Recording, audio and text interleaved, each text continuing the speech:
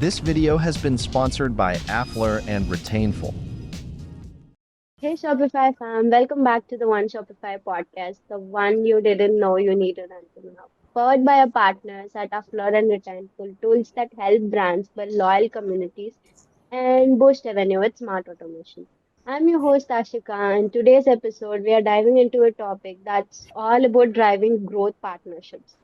And let me tell you, when done right, partnerships can fuel your Shopify's business like nothing else. But I know it's not always easy to build successful collaborations, and which is why I brought someone here to give you the inside scoop. My guest today is the incredible Himanshi. She's been rocking the startup world for over 4 years. And currently she's building partnerships at Nectar.io, a platform that's all about helping business scale using loyalty programs. Himanshi is all about connecting with people, understanding what drives their business, and creating strategies that break through noise. Welcome, Himanshi. So excited to have you on the pod. Hi, Ashika. Thank you so much for the warmest welcome. Yeah. So, Himanshi, we are here to talk about partnerships. But before we dive into the strategy and tactics, I want to hear about your journey from hiking trails to helping startup scale. How did you make your way into the world of partnership and growth? I have been working in the startup ecosystem for the past 4 years now, having worked with an edtech startup to like a D2C startup, leading B2B and D2C both, right? Have had quite a journey. And for me, like, I am a big nature lover. Like, I love doing treks, I love doing adventures. And Hmm. like, I relate my whole journey to a trek because there's so much to learn on the way. There'll always be ups and downs. There'll always be people, like who'll demotivate you on the way and all of that. Yeah. But I think that's also the major motivation that also allows you to keep going on, right? So I relate very much on that.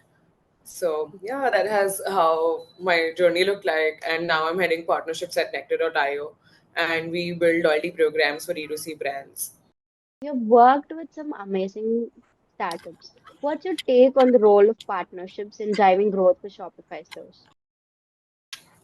So I believe that partnerships in a word itself means collaborations, right? And how people say that, like what one can't do, like a team like can do it all together, and it just helps, the more the merrier. It, Yes. all of these are some words which like are fulfilled by the role of partnerships in not only this ecosystem, but I think every ecosystem, because what we are doing here is like, I love my role because we're all trying to solve for D2C brands, right? And we're all trying to Yes. um, serve to the same ecosystem. So it just gets better when you're all trying to do it together than running alone in the Hmm. race. Yeah. Yeah. When it comes to Shopify stores, what are the first steps store owners should take when thinking about building partnerships?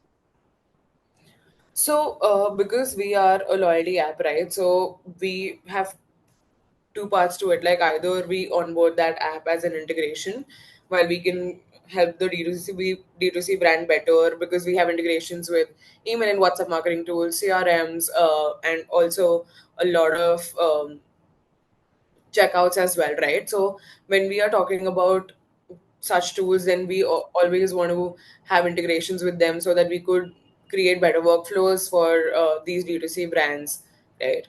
So we have a few great partners. We have now onboarded 40 plus partners at Nectar, um, mix of global and Indian partners.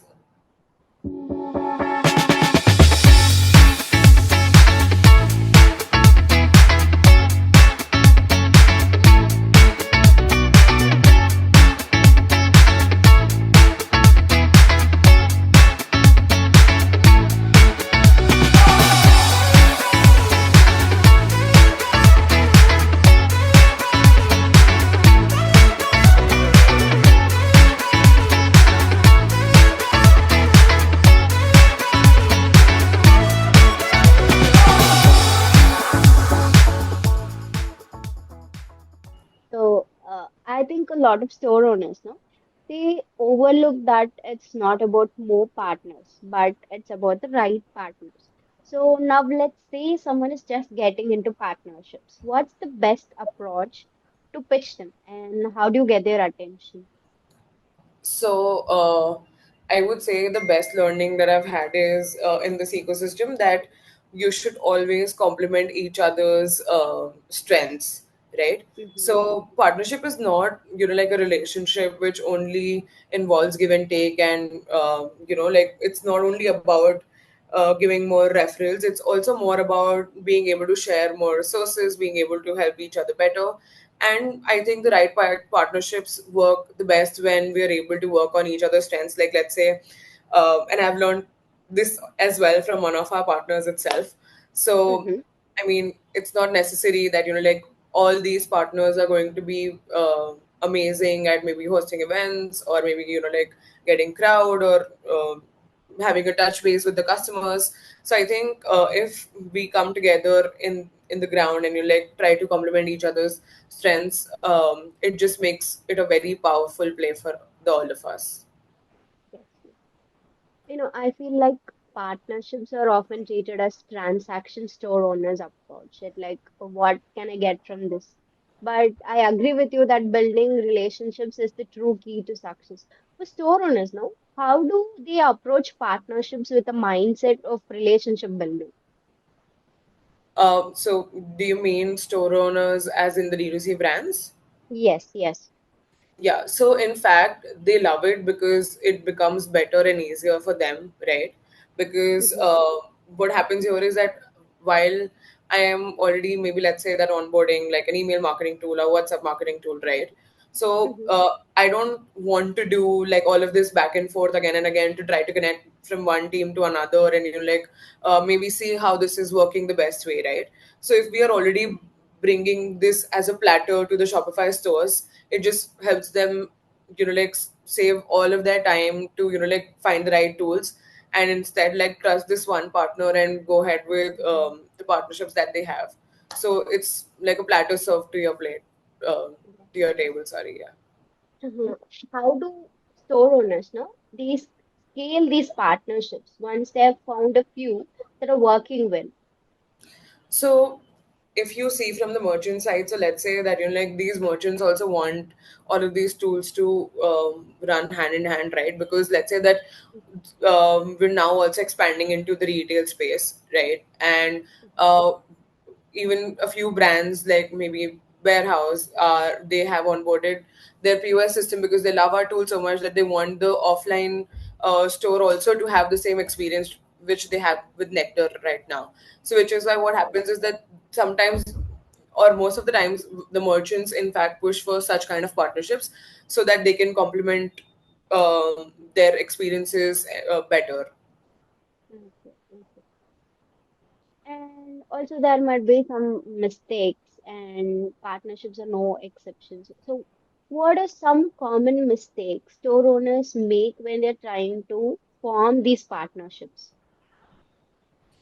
Uh, so sometimes I think mistakes definitely like it's a part of life, right? And that Yes. is exactly how you even learn. So I believe that these mistakes can generally be maybe over expecting from each other and like maybe trying to only look at it as a very financially or transactional way of it. But I personally believe that partnerships are not only transactional and it only gives you better growth when you're trying to help each other out before just thinking about what am I getting out of this.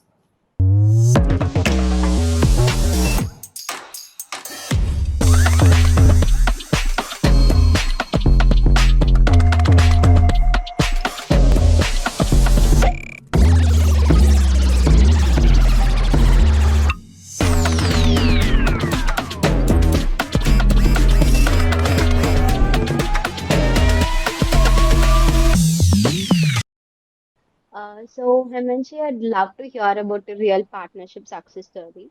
Have you seen a Shopify store that totally transformed through a partnership? Yeah, so in fact, so many of them. In fact, we have a few best partners like Nitro Commerce, Let's Gooey, Netcore.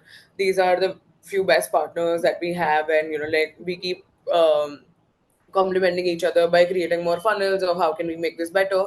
And because we are all as partners driven to serve to the same ecosystem and how we can make their experience better by collaborating within ourselves, that is the problem that we're trying to solve with this partnership. Not only see how we can collaborate or not only see what are the transactions involved, but because we're also collaboratively trying to solve this, which is why it becomes like a real case study. And we have like few great partners. As I mentioned, we've already gone above 40 plus partners, including global and Indian partners at Nectar. We've hosted successful events. We call it the Brand Brew editions, right? So we've hosted successful events across cities with the help of partners, in fact, again. So yeah. Okay.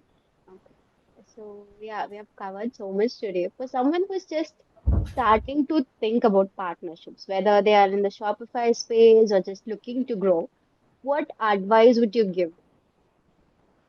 So I think the advice, or maybe like a piece of note that I'd like to leave, is that like partnerships is not something that you can expect that like you will get like an instant ROI. You need to few like give it some time. You need to water it. You need to kind of take care of it, just like how you would like to grow a plant, right? So partnerships in itself is like growing a plant in and collaborating with all the other plants and the flowers in the garden. So I think that's the way to go about it, according to me. And for anyone who's curious about Nectar.io or wants to chat more about partnerships or loyalty programs, where they can reach you.